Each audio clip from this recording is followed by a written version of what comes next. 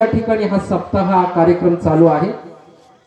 जर दररोज आणि वर्षाला कीर्तन भजन प्रवचन सत्संग चालूच आहे, परंतु सावध होऊन संत व्यासपीठावरून काय सांगतात, मग तो भजन करणारा गायक संत महात्मा असेल, प्रवचन करणारा असेल, कीर्तन करणारा असेल, ते काय सांगतात ते शब्द फक्त कानातून न ऐकता या मुखातून देखील त्यांच्या कृपेने वाहणाऱ्या अमृताच्या द्वारा जर प्राशन नाही केले आणि अंतःकरणामध्ये अर्थात हृदयामध्ये जर ते ठसावले नाहीत, तर भाविक असे कितीही सत्य झाले आणि कितीही वर्ष परमपूज्य माऊलींसारखे सिद्ध महापुरुष इथे येत राहिले आणि आपणही किती तास बसलो, किती मोठा खर्च केला, तरी जे आज फळ आपल्याला मिळायला पाहिजे, ज्याच्यासाठी यांचं आपल्यामध्ये येणं झालं आणि आपणाही सर्वांना हा मनुष्य देह मिळाला, ती भेट भाविको कधीही सार्थकी लागणार नाही।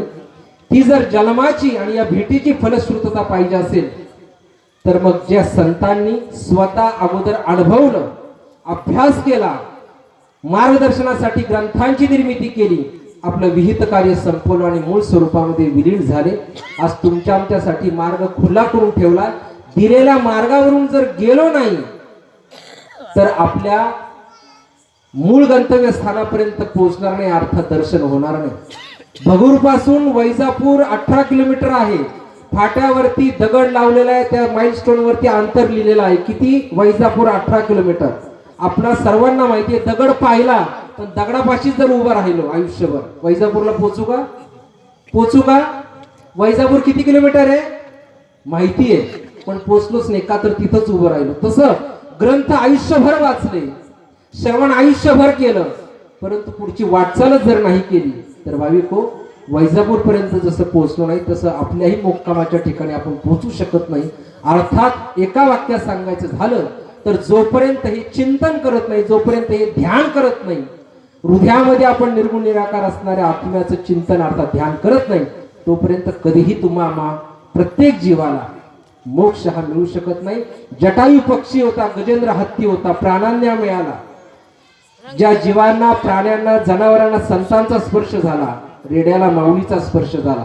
आज रेड्याची समाधी आहे आणि रेड्याच्या पुढे लिहिलं जातं रेडा महाराज म्हणून, माहितीये सगळ्यांना माहिती, माना हलवते आपण। याचं कारण आहे की जिथं संतांचा स्पर्श होतो, संतांचं सानिध्य मिळतं, संतांचा बोध प्राप्त होतो आणि केलेल्या आणि दिलेल्या बोधाप्रमाणे, मार्गाप्रमाणे ज्या वेळेला जीव पुढे मार्गक्रमण करतात, त्याच वेळेला ते जीव मुक्तीचे अधिकारी होतात। तुम्हा आम्हा सर्वांना बाबांना एकच देणं द्यायचं आहे आणि ते आहे शाश्वताचं देणं। मुळात मानवी जीवनाचा प्रवास हा आत्मशोधाचा प्रवास आहे, अर्थात स्वतःला ओळखण्याचा प्रवास आहे। आपण जगाला ओळखायला जातो, प्रत्येक वस्तूला, पदार्थाला, व्यक्तीला ओळखण्याचा प्रयत्न करतो, मात्र एक ओळख ती राहून जाते की जिच्यामुळं परत जन्माला यावं लागतं आणि ती ओळख आहे स्वतःची आणि ती होते एका ध्यानातून की मी कोण आहे, माझं स्वरूप कोणतं आहे, या देहाला चालवणारा बोलणारा कोण आहे, कोणाच्या सत्ते चाले हे शरीर कोण बोलवितो, हरिविण देखवी ऐकवी एक नारायण, तयाचे भजन चुकू नये, म्हणजे त्याचं भजन चुकू नये। ज्यांच्या गाथ्यावरती आणि भजनावरती कीर्तन प्रवचन करतो ते तुकोबराय सांगतात, ते तुकोबराय सांगतात। तुका म्हणे मज एकांताचा वास ब्रह्मी ब्रह्मरस, ते म्हणतात की मी जरी भजन करत असलो तरी माझं भजन एकांतात चालू आहे। एकांतामध्ये म्हणजे एकाच्याच सानिध्यामध्ये जो बसतो तो भले लोकांतामध्ये असला तरी डोळे बंद करून ज्याला अखंड भजतो आणि भजण्यासाठी केलेलं साधन म्हणून त्याला भजन म्हटलं गेलं। ते करता करता म्हटले काय अवस्था मला प्राप्त झाली, तर ब्रह्मी ब्रह्मरस सेवित। माझं चिंतन म्हटले एका फक्त पांडुरंगाचं नाहीये, माझं चिंतन एका विठ्ठलाचं नाहीये, माझं चिंतन एका संताचं नाही, एका देवाचं नाहीये, म्हटले माझं चिंतन हे तुकोबाराय सांगतात, गाथा उघडून बघायचा। ब्रह्मी ब्रह्मरस म्हटले मी त्या निर्गुण ब्रह्माचं भजन करत बसलोय, त्या निर्गुण ब्रह्माचं चिंतन करत बसलो, त्या निर्गुण ब्रह्माचं ध्यान करत बसलो, अर्थात म्हणून मला प्राप्त झालेला ब्रह्मरस आहे। तुकोबारायांचे शब्द आहेत, ध्यानी धाता पंढरी राया, मना सहित जेथे पालटे काया। तुकोबाराय भंडारदऱ्याच्या डोंगरावर गेले, भामचंद्र डोंगरावर सुद्धा गेले, परंतु गेल्यानंतर ज्याचं भजन केलं ते भजन करता करता भजनाची खरी भरी भाषा समजली आणि सरते शेवटी उत्तरार्ध शेवटचे 5 अध्याय सोडून जर आपण गाथा उलगडला तर त्याच्यातली ही पहिली ध्यानी ध्याता पंढरी राया मनासहित जेथे पालटे काया. म्हटले आता माझी मनासहित काया पालटलेली आहे. तुकिता तुलनेसी ब्रह्म तुकासी आले. आता माझा देह ब्रह्मरूप झाला. म्हटले कशामुळे झाला तर ध्यानी ध्याता पंढरी राया. मी त्या ध्यात्याचं अर्थात निर्गुण निराकार परमात्म्याचं म्हणले पांडुरंगाच्या रूपामध्ये हृदयामध्ये ध्यान केलं. ध्यानी ध्याता पंढरी राया. महाराज संतांनी मग संप्रदायाचे संत असोत अथवा अखिल विश्वातल्या प्रत्येक धर्माच्या परंपरेमध्ये अवतीर्ण झालेले ते धर्म उपदेशक असोत युगांचे प्रवर्तक असोत या सर्वांनी हेच केलं जे आज बाबा तुमच्या आमच्या समोर करतायत. विष्णुदास महाराजांचं पहिलं वाक्य होतं बाबांचं कार्य मला बोलून दाखवता येत नाही ते मौनातून होतं.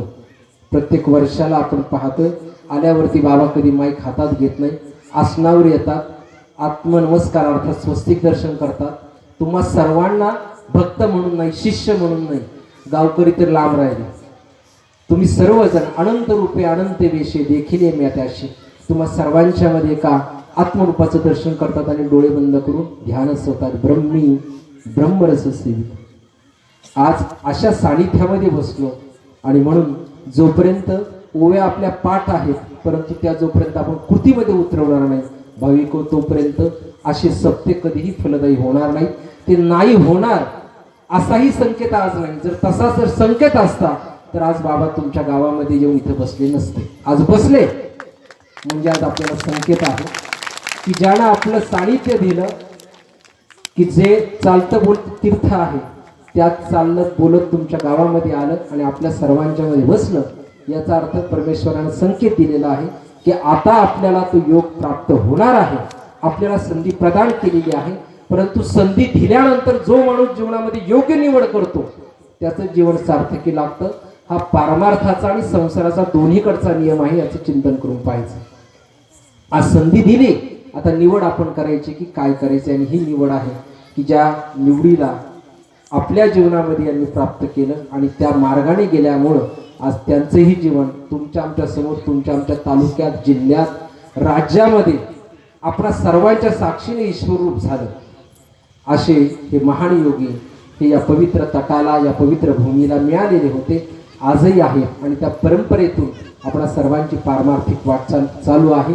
माऊलीने सहज सोप्या भाषेत सांगितलं की माझे सद्गुरू जरी मला थोरल्या बंधूच्या ठिकाणी असले नाव जरी सद्गुरू निवृत्तीनाथ असलं तरी फक्त सांगितलं नाही तपश्चर्या केली अनुभव घेतला आणि मग लिहून ठेवलं. मजर उदयी सद्गुरू जेणे तारीला हा संसार पो. म्हणजे सगुण रूपाने हजर आहेतच बंधूच्या अधिष्ठानावरती आहेत परंतु त्यांचं जे मूळ स्वरूप आहे जे माझ्या जीवनाचे दाते आहेत ते म्हणले माझ्या हृदयामध्ये अधिष्ठित आहेत. माझा सद्गुरू म्हणले देहरूपानं सगुण पण आहे आणि निर्गुणातून माझ्या हृदयामध्ये बसलेला आहे आणि म्हणून लिहून ठेवलं मजर उदयी सद्गुरू जेणे तारीला हा संसार पो. मग तुम्ही म्हणणार सद्गुरू आणि देव यात काय फरक आहे. जर सद्गुरू हृदयामध्ये आहे तर मग सद्गुरू हे कोण आहेत तर भाविक हो निर्गुण निराकार असणारी परमेश्वराची ही सत्ता अर्थात ती निर्गुण निराकार ब्रह्मसत्ता जी सगुण रूपाने या भूतलावरती तुमच्या माझ्या आत्मिक उत्थानासाठी अवतरित होत असते त्या सगुण सत्तेला सद्गुरू म्हटलं जातं.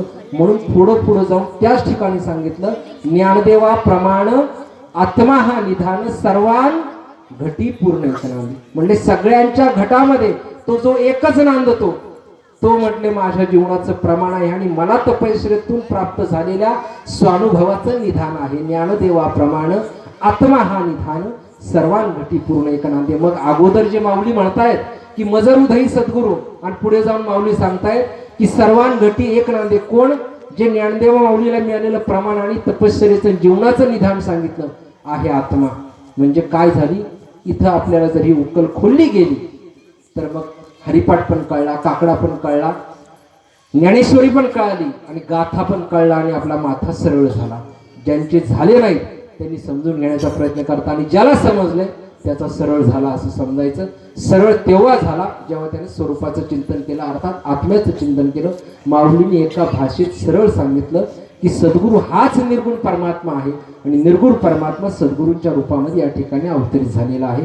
अशा देहरूप झालेल्या देहाबोधावरून आत्मबोधावरती गेलेल्या आणि देहरूपाकडून आत्मरूपाकडे प्रवास केलेला, स्वतःच्या तपश्चर्येतून प्राप्त झालेल्या स्वरूपाच्या सिद्धांताच्या बळावरती असणारं आत्मनिवेदनाचं प्रमाण आत्मसंदेशाच्या माध्यमातून, मग बाबांच्या हातामध्ये असणारं छोटं मेसेज कार्ड अर्थात संदेशाचं ते कार्ड असेल, अथवा ज्ञानेश्वरी सारखा हजारो ओव्यांचा ग्रंथ असेल, अथवा गाथा असेल, अथवा भगवद्गीता असेल, या सगळ्यांच्या मधून दिलेला जो सार आहे तो एका या अमृतवाणीमध्ये दडलेला आहे. बाबांनी सरपंचाला विचारलेला प्रश्न होता, त्या प्रश्नाचं उत्तर गुरुदेवांनी दिलेली अमृतवाणी आहे. सरपंच म्हणाले, हो बाबा, आम्हाला ऐकायचंय आणि माझी नाही समस्त गावकऱ्यांची इच्छा आहे. मग तो उत्तर, तो जबाब मिळाल्यानंतर बाबांनी तत्काळ होकार दिला. तो होकार दिला म्हणून आज बाबा या ठिकाणी आले आणि अमृतवाणी सहित अमृत देण्याचा योग आपल्याला प्राप्त झाला. विनंती आहे आपण सर्वांना, उद्या काल्याचं कीर्तन होईल आणि सप्ताह संपेल, परंतु जर अपेक्षा असेल पुढच्या वर्षाला देखील बाबांनी या गावात यावं, तर व्यासपीठाच्या पाठीमागं काय, व्यासपीठाच्या पाठीमागं काय आहे, मंदिर आहे, अर्थात आत्मरूपाचं ध्यान मंदिर आहे. नियमानं जर या भूमीमध्ये अखंड हे आत्मचिंतन आणि ध्यान चालू ठेवाल तर निश्चित परमपूजनीय माऊलींचं परत पुढच्या वर्षाला या गावामध्ये येणं होईल, यात मात्र काही शंका नाही. मात्र हे ध्यान आणि चिंतन नित्य नियमानं चालू ठेवा. जे ध्यान स्वतः पांडुरंगानं केलं, पहिली ओवी सांगितली देवाचे द्वारी, सांगायच्या अगोदर बंधूला मी विचारलं, त्याच्या मुखातून पहिलीच ओवी बाहेर पडली की सुंदर ते ध्यान उभे विटेवरी, सुंदर तो पांडुरंग उभे विटेवरी, सुंदर तो विठ्ठल उभा विटेवरी नाही म्हणले, सुंदर ते ध्यान उभे विटेवरी. पंढरपूरला किती जण जाऊन आलेले आहेत, किती जण जाऊन आले राहत खाली. मूर्तीचं किती जणांनी दर्शन घेतलं, मूर्तीचे डोळे उघडेत का बंद आहेत, डोळे उघडेत का बंद आहेत, बघितलंच नाही, बडव्यांनी वाकूनच दिलं नाही, बघूनच दिलं नाही, त्याच्यात मुंडी पकडून बाहेर काढली. मूर्तीचे पुढच्या वेळेला गेल्यावर पाहायचं, जर गेलात तर मूर्तीचे डोळे बंद आहेत, अर्थात ध्यानच ते. आणि म्हणून पहिलीच उभी आहे, सुंदर ते ध्यान उभे विटेवरी. आज हे डोळे उघडेत का बंद आहेत, उघडेत का बंद आहेत. मग अनादी कालापासून तुम्ही दररोज आरती म्हणता, युगे 28 विटेवरी उभा. आता युगे 28 विटेवरी उभा हे लिहून सुद्धा आता अनेक युग झाली. आजच्या मी तिला युग मोजायला गेली तर किती झाली सांगता येणार नाहीत. मग एवढी युग झाली ते ध्यान करतायत, आपण वर्षाला चालत जातोय आणि आपण काय करतोय. मग ज्यांचे चरण पकडताय त्यांचे जोपर्यंत आचरण पकडणार नाही तोपर्यंत कधीही ईश्वरला होणार नाही, अमृताचं पान मिळणार नाही, अर्थात आपल्याला आत्म्याची ओळख होणार नाही. आणि संत सांगतात, आजही सांगतायत आणि उद्याही सांगत जातील, संत जरी भाविको बोलत असले, शब्द हे संतांचे आहेत. शहापूरला आमचा सत्संग त्याच विषयावर झाला. मला सांगा, कार्यक्रम झाला, तुम्ही आता या ठिकाणी प्रसाद घेणार आणि आपापसामध्ये दोन मित्रांनी आज चर्चा करायची किंवा बोलायचं काहीतरी. उद्या काल्याचं कीर्तन झालं, परत जेवायचं आणि आज बोललेला विषयच परत उद्या बोलायचं. ऐकताल का तुम्ही एकमेकांचं? नाही ऐकणार. 24 तासाच्या आतमध्ये आजचा विषय परत उद्या माणूस ऐकत नाही मित्राला किंवा जोडीदाराला, काय दररोज तेच सांगतो. आज 750 वर्ष झाली, गीतेला हजारो वर्ष झाली.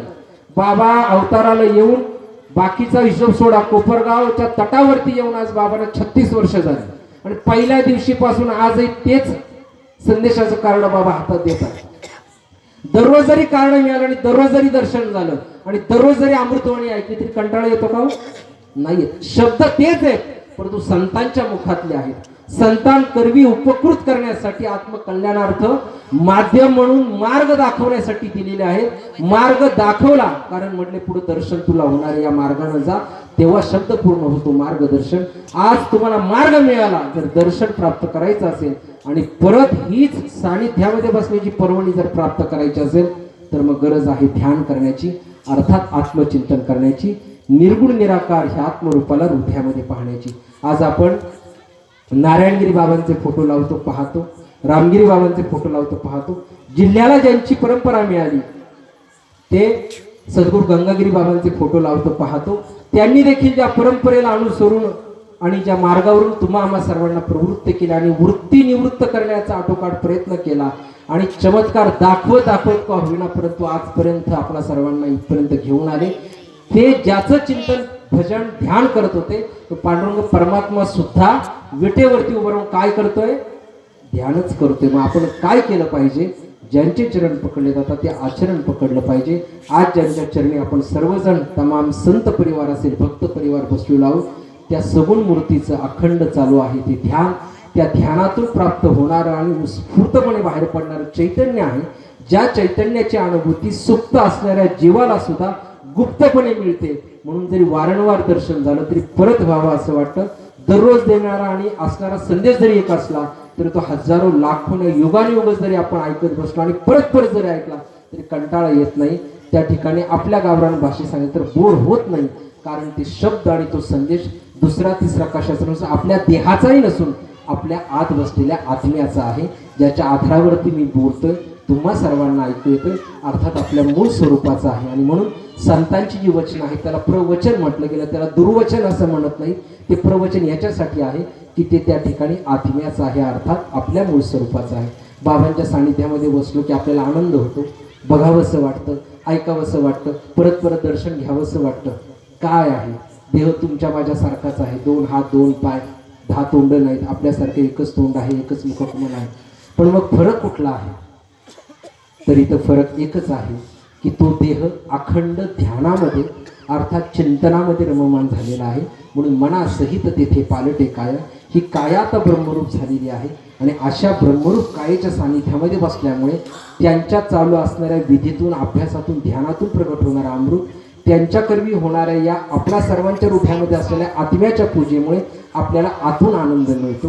तो आनंद आपल्याला जर अखंड टिकवायचा असेल तर भाविक हो, दररोज नित्यनेमाने ध्यान करा, अर्थात हृदयामध्ये आत्म्याचं चिंतन करा.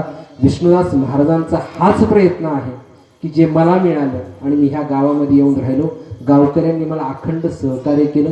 प्रत्येक वर्षाच्या सप्त्यालाने महाराज प्रत्येक दिवसाला ग्रामस्थांचं यथासांग सहकार्य आहे. सहकार्यापेक्षा मला गावकऱ्यांचं असे मिळणारं प्रेम आहे आणि त्या प्रेमापोटी मी दुसरं काही देऊ शकत नाही. मला फक्त एकच देता येईल जे माझ्याकडं आहे. आणि महाराज म्हणतात माझ्याकडं आहे सद्गुरू आणि त्यांचं असणारं ज्ञान आणि त्यांचं दर्शन, तेवढं माझ्या गावकऱ्यांना घडावं म्हणून वर्षाला बाबांच्याकडे पदर पसरायला येतात. आजच्या पदरामध्ये परत एकदा याही वर्षी विश्वात्मक देवानं देणं केलं, ज्याच्याकडं माऊलींनी एवढी तपश्चर्या करून दिलेला ग्रंथ आणि त्याचं समालोचन शेवटला विश्वशांतीच्या प्रार्थनेसाठी करताना म्हटले, आता विश्वात्मके देवे येणे वाग्यज्ञ तुषावे. त्यावेळेला म्हटले हे विश्वात्मक देवा, अर्थात विश्वाच्या चराचरामध्ये आदिष्ट असणारा, विश्वाला चलायमान ठेवणारा, विश्वाला निर्माण करून जिवंत कार्यरत ठेवणारा आणि सरते शेवटी उचित वेळेला प्रलय करण्याची सत्ता ज्याच्यामध्ये आहे, असा हा सर्व देवांचा देव, त्याचं नाव आहे आत्मा. आणि त्या आत्म्याचं आज आपल्याला ध्यान करायचे. म्हणून सद्गुरू माऊलींचं येणं झालेलं आहे. सरपंचांसहित आपणा सर्वांना हाच पवित्र संदेश या ठिकाणी देऊ विनंती करतो. आता 5 मिनिटासाठी ध्यानाला बसण्याची. सर्वांनी ताठ बसायचं, मोबाईल बंद करायचे, संपूर्णतः शांतता ठेवायची. लहान मुलांना पाठीमागे आवाज येतो, एकाच कार्यकर्त्यानं उठून जायचे आणि त्यांना शांत करायचे किंवा थोडं दूर घेऊन जायचे. 364 दिवसानंतर आज 65वा दिवस माऊलींच्या सानिध्यात आपल्याला ध्यानाला मिळालेला आहे. आजची संध्याकाळ उद्या सकाळी मिळणार नाही किंवा उद्याही संध्याकाळी मिळणार नाही. परत मिळेल का नाही त्याला मी अट घातलेली आहे ध्यानाची, परंतु आत्ता मात्र वर्तमान काळ आपल्या हातात मिळालेला आहे. आणि भाविक हो, लक्षात ठेवा, आपणा सर्वांना स्वतःचं जीवन स्वतःला घडवायचंय, स्वतःचा प्रवास स्वतःला करायचा आहे. आणि आपल्या सर्वांचं भविष्य आजच्या वर्तमान काळामध्ये दडलेलं आहे. आज काय कृती करतो त्याच्यावरती पुढचं भविष्य अवलंबून आहे. आजच्या या वर्तमान काळाला, या श्वासाला एका दिव्य सत्पुरुषाच्या सानिध्यात बसलेलो आहोत, ज्यानं आजीवन ध्यानच केलेलं आहे. ध्यानच करून घेण्यासाठी आज या ठिकाणी आपण सर्वांच्या समवेत बसलेले आहे. असा वर्तमान काळ आपण फलदायी करायचा आहे. म्हणून ताठ बसा, दोन्ही हातांच्या ज्ञानमुद्रा बांधून दोन्ही गुडघ्यांवरती ठेवा. डोळे आपले आपण हळुवारपणे बंद करून घ्या. उघड्या डोळ्यानं दिसणारी प्रत्येक वस्तू, पदार्थ आणि व्यक्ती ही नाशिवंत आहे. मात्र बंद डोळ्यानं हृदयाच्या गाभाऱ्यामध्ये दर्शित होणारा एक निर्गुण निराकार आत्मा, जो विश्वाचं सद्गुरु तत्व आहे, तो मात्र एक शाश्वत आहे. आणि मिळालेला नाशिवंत देह शाश्वताच्या दर्शनासाठी मिळालेला आहे. म्हणून डोळे बंद करायचे आणि एक दीर्घ श्वास घ्यायचा आणि घेतलेला श्वास हळुवारपणे परत बाहेर सोडून द्यायचा. परत एक दीर्घ श्वास घ्या. घेतलेला श्वास हळूहळू परत बाहेर सोडून द्यायचा. परत एक दीर्घ श्वास घ्या. आता थोडा प्रयत्न करायचा श्वास पोटामध्ये रोखून धरायचा आणि असह्य झाल्यानंतर एका उचित वेळेला परत हळूहळू बाहेर सोडायचा. परत एक दीर्घ श्वास. थोडा वेळ रोखून धरण्याचा प्रयत्न करतोय. रोखून धरा, रोखून धरा. परत हळूहळू बाहेर सोडून द्या. असाच प्राणायामाचा अभ्यास थोडा वेळ चालू ठेवायचा. संसाराच्या रहाटगाडग्यात अडकलेलं आपलं हे मन, हे चित्त चंचल आहे. परंतु गतिमान असणारी श्वासाची ही गती जर मंद झाली तर ती त्या चंचल चित्ताला स्थिर करायला मदत करते. आणि मग हे स्थिर झालेलं चित्त स्वस्थानी आत्मरूपाला, त्या निर्गुण निराकार परमात्म्याला पाहण्यासाठी आपल्याला एक सहजता प्रदान करतो. हा हळूहळू होणारा अभ्यास आहे, परंतु यामध्ये गरज असते सातत्याची. म्हणून नियमानं दररोज हा अभ्यास करायचा. एक दीर्घ श्वास घ्यायचा. घेतलेला श्वास थोडा वेळ रोखून धरायचा आणि एका उचित वेळेला परत बाहेर सोडून द्यायचा. सुरुवातीला किमान 10 वेळेला या पद्धतीनं हे प्राणायाम झाल्यानंतर आता मात्र लक्ष आपल्या श्वासाकडे न ठेवता हृदयामध्ये आपण केंद्रित करण्याचा प्रयत्न करायचा. कारण शरीर एक तीर्थ आहे आणि या तनरूपी तीर्थावरती हृदय नावाचं एक मंदिर आहे आणि त्या हृदयारूपी मंदिरामध्ये सुवर्ण सिंहासनावरती निर्गुण निराकार आत्मा अधिष्ठित आहे. तो निर्गुण निराकार आहे, अर्थात त्याला आकार नाही, परंतु याच निराकारानं 33 कोटी देवी देवतांच्या रूपामध्ये आकार धारण केलेला आहे. आणि म्हणून निराकाराचं जर चिंतन करायचं असेल तर आवश्यकता आहे कुठल्या तरी एका आकाराची. ज्ञानोबा माऊलींनी सद्गुरूंच्या रूपामध्ये याचं ध्यान केलं, अर्थात सद्गुरूच्या आकारामध्ये पाहत पाहत चिंतन केलं आणि सरते शेवटी निराकाराला प्राप्त झाले. आधी ध्यान केलं म्हणून म्हटले मज हृदय सद्गुरू. परंतु ज्यावेळेला अनुभव आला की या सद्गुरूला ज्या वेळेला मी हृदयामध्ये पाहत होतो, या सद्गुरूच्या आकाराला पाहता पाहता मला आता निराकाराचं दर्शन झालं, अर्थात विश्वात्मक देव नाव आहे आत्मा, याची भेट झाली. आणि म्हणून मुख्य परमात्म्याकडे, आत्म्याकडे अर्थात विश्वात्मक देवाकडे पसायदान मागितलं.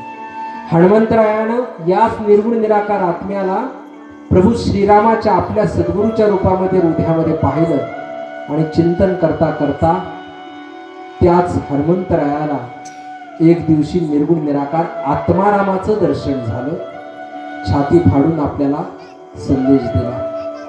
गुरुदेवांनी प्रगट केलेली ही प्रतिमा ही प्रत्यक्ष निर्गुण निराकार आत्म्याची आहे, अर्थात आत्मस्वरूपच आहे. आणि म्हणून रामानं देखील ज्याचं चिंतन केलं, पांडुरंगानं देखील ज्याचं चिंतन केलं, सद्गुरू गंगागिरी बाबांनी देखील ज्याचं अखंड ध्यान आणि चिंतन केलं, ते हे स्वरूप आहे, अर्थात सर्व देवी देवतांचा निर्माता आहे. आपण संतांना भजतोय, परंतु संत देखील ज्याचं भजन करतात आणि ज्याला भजतात ते हे मूळ स्वरूप अर्थात आत्मरूप आहे. आज या आत्मस्वरूपाला हृदयामध्ये पाहत पाहत आपण पुढील 5 मिनिटे ध्यान करणार आहोत आणि हे ध्यान चालू असताना सद्गुरू माऊलींनी दिलेला आत्मसंदेश या ठिकाणी श्रवण करणार आहोत. श्रवण आणि प्राशन करत करत हृदयामध्ये हे ध्यान ब्रह्मी ब्रह्मरस सेवितो आज एका ब्रह्मरूप झालेल्या सद्गुरूच्या सानिध्यात हा 5 मिनिटाचा ब्रह्मचिंतनाचा अर्थात ध्यानाचा पाठ.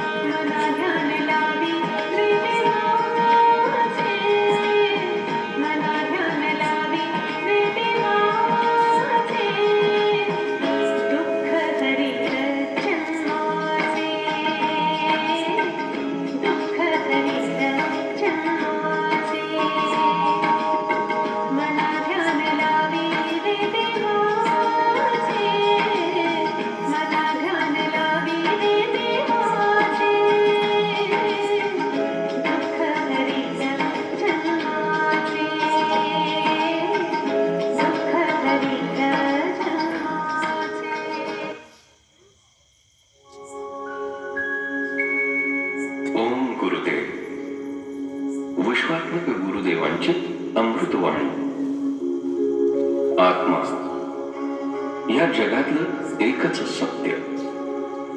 जगातील संपूर्ण वस्तू नष्ट होतील, सृष्टीत असंख्य घडामोडी घडतील, पण आत्मा हा चिरकाल टिकेल. कारण त्याला आदिही नाही आणि अंतही नाही. अनादी काळापासून आत्मतत्व चालत आलेलं आहे आणि अनंत काळापर्यंत असंच चालत राहील. कारण तो अमर आहे. सर्व देवांच्या उत्पत्तीपूर्वी आत्मा अस्तित्वात होता.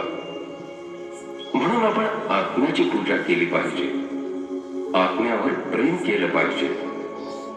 तसंच क्षणभर केलेलं आत्मचिंतन सुद्धा सर्वश्रेष्ठ आहे. आत्म्याची पूजा केल्यास ती सर्व देवांची पूजा होते. ईश्वर प्राप्तीचा सर्वात साधा आणि सोपा आणि सहज मार्ग म्हणजे आत्मचिंतन. कारण ईश्वर आत्म्याच्या स्वरूपात प्रत्येक हृदयात बसलेला आहे. नुसतं रूपाला न पाहता स्वरूपाला पहा आणि ईश्वर प्राप्ती करून घ्या. आत्मा हा निर्गुण आणि निराकार आहे.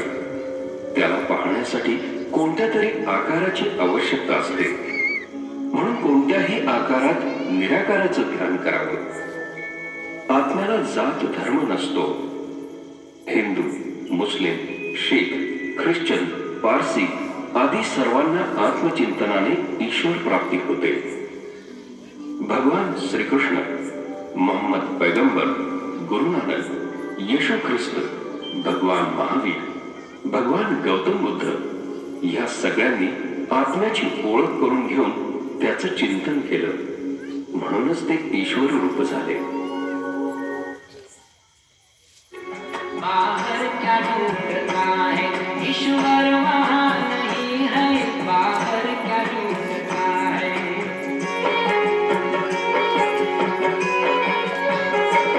बाहर क्या ढूंढता है ईश्वर वहाँ नहीं है.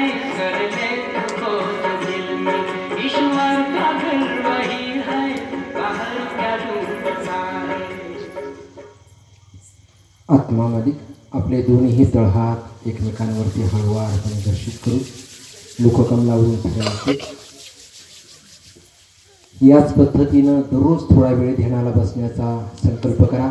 योगायोगानं महाराज इथं आहेत, तुम्ही सर्व सहकार्य करते. आश्रम आहे, सुंदरसं मंदिर आहे, मंदिरात हॉल आहे. दिवसभर काबाड कष्ट करता. प्रातःकाळी किंवा संध्याकाळी येण्याचा नियम करा.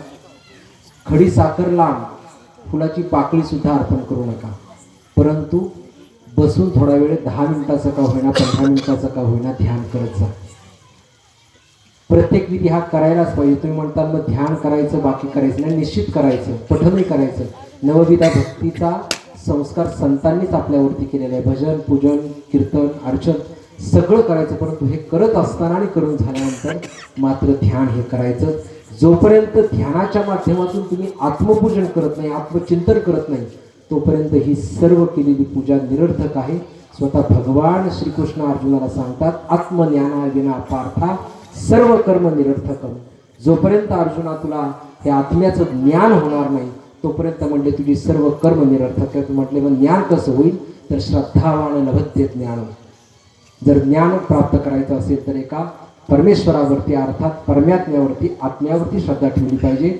आज तुमची श्रद्धा आहेच, जसं मी सांगितलं म्हणून बाबा आले. एक संत, काल किती कीर्तनाला संत होते, किती कीर्तनकार होते, एकच होते. आज व्यासपीठावरती जागा पुरत नाही, एवढे संत बाबांच्या बरोबर आहेत. महाराज म्हणून म्हटले की धन्य आदि दिन संत दर्शनाचा. एवढा संतांचा ताफा आज आपल्याकडे आला, ही संकेत आहे. हा दर्शनाचा योग मिळाला, याच्यामध्ये प्रमाण आहे की तुमची श्रद्धा आहेच. श्रद्धावान लभते ज्ञान. फक्त आता त्या श्रद्धेला चिंतनाकडे अर्थात ध्यानाकडे परावर्तित करून आतमध्ये आत्म्याला पाहण्याचा आपण सर्वांनी प्रयत्न करायचा. मग लभते ज्ञान, प्राप्त ते ज्ञानम नाही म्हणले, प्राप्त होणार आहे ते बाहेरून मिळतं. लभते आहे अर्थात इथं आतमध्ये प्रगट होणार आहे. काल सुंदरसं कीर्तन सायंकाळी झालं. उद्याही सकाळी परमपूजनीय रामगिरी बाबांच्या वाणीतून वर्षाच्या नियमाप्रमाणे काल्याच्या कीर्तनानं सत्याची सांगता आहे. सुंदर फार मोठी परंपरा आहे.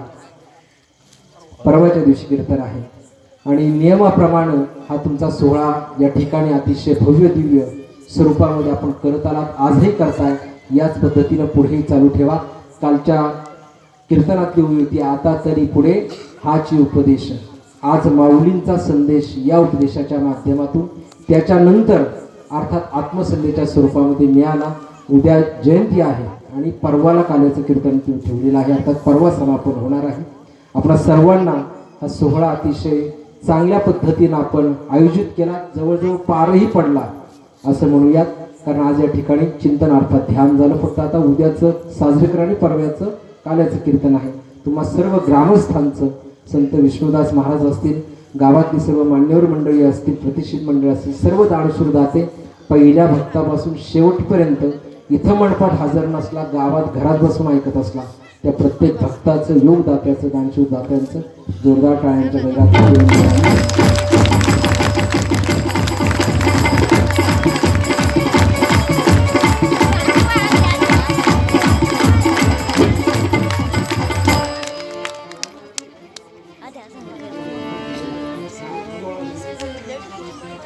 आत्मा मालिक संत विष्णुदास महाराजांच्या विनंती करून या सप्ताहाच्या दरम्यान ज्या जीवांनी या ठिकाणी अन्नदानाची सेवा समर्पित केलेली आहे त्यांना या ठिकाणी संत प्रसाद दिला जाणार आहे. नाव पुकारल्या ताबडतोब पुढे यायचंय आणि हा संत प्रसाद या ठिकाणी आपण स्वीकारायचा आहे.